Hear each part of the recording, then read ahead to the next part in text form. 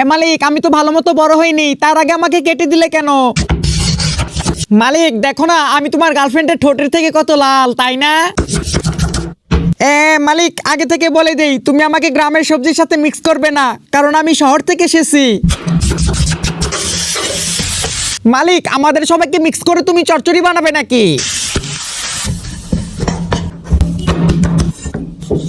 মালিক আমাকে একটু গোল গোল করে বেলো।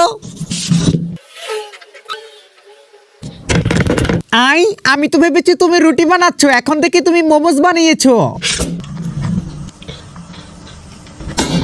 গরম হয়ে গিয়েছে মালিক, এখন উঠিয়ে নাও। এখন চাটনি দিয়ে ভরিয়ে আমাকে খেয়ে নাও, আস্তে আস্তে খেও কিন্তু, তা না হলে গলায় আটকে যাবে। বন্ধুরা এইভাবে তাকিয়ে থাকলে হবে? ভিডিওটিতে একটি লাইক দিয়ে দাও, তা না হলে এরকম মজার মজার ভিডিও পাবে কিভাবে? হ্যাঁ।